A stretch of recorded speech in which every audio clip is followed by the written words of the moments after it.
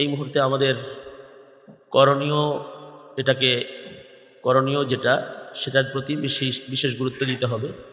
কারণ এদেশে যারাই আসে এরা ভিনদেশীদের মদতপুষ্ট হয়ে বিভিন্ন কুকর্ম সম্পাদন যারা করে, এদের কেউই এ পর্যন্ত সোজা আঙ্গুলে তাদেরকে শাসন করা যায় না। রক্তের প্রয়োজন হয়েছে, ত্যাগের প্রয়োজন হয়েছে।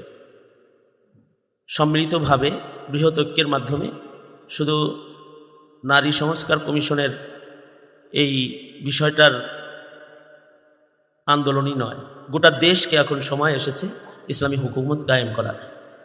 এই জন্য ঐক্যবদ্ধভাবে দলমত নির্বিশেষে সকলকে এই মুসলিম মিল্লাতের স্বার্থ রক্ষায় কাজ করার আহ্বান জানাই।